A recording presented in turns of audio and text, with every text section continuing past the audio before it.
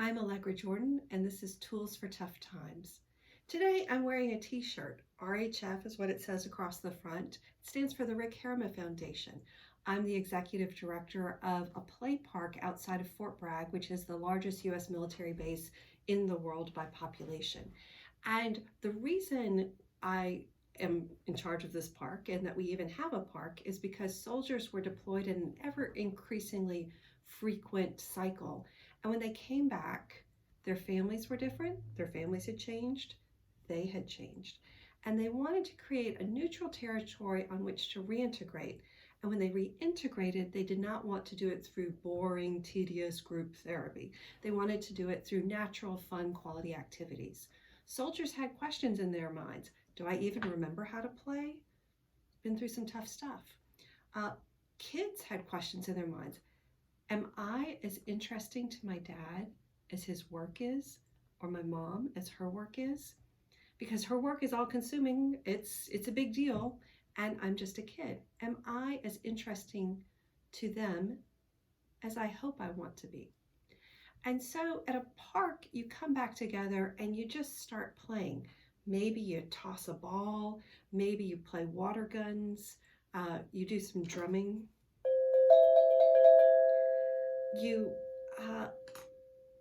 You run around in nature, you zip line, you do some physical activity as a team, you explore something together, and in doing so, you naturally rebond together.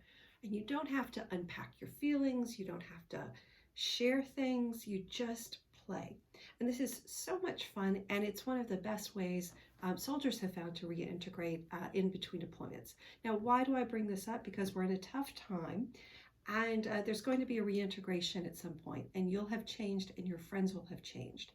And my recommendation to you, based on several years of working with soldiers who go through this on a regular basis, is to have some toys ready.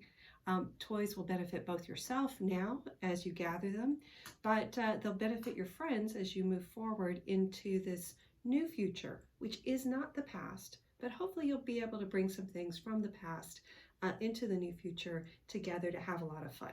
So the tool is going to be to have a toy box in your toolbox, and I'm going to show you mine right now. Here's my toy box. It says Ted on the front. Ted is my best friend and my husband.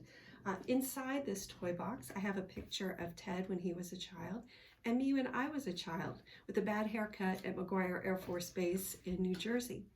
And I have this because in our childhoods, we had difficult times and good times, but almost every childhood has one or two really wonderful times that you remember for the rest of your life.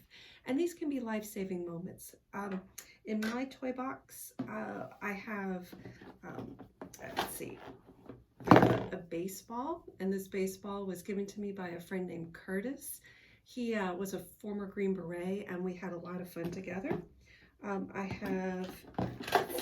have Frozone. This is from the movie The Incredibles. I got it from a Happy Meal. I had one of my best friends in high school, looked a lot like Frozone without the tights. I also have the snow globe. This is a snow globe that I keep. It's very happy, Snoopy and Woodstock, and when you push the button, there's glitter and fun, and they just look very happy. I also have musical instruments, because without talking, music can just change my mood.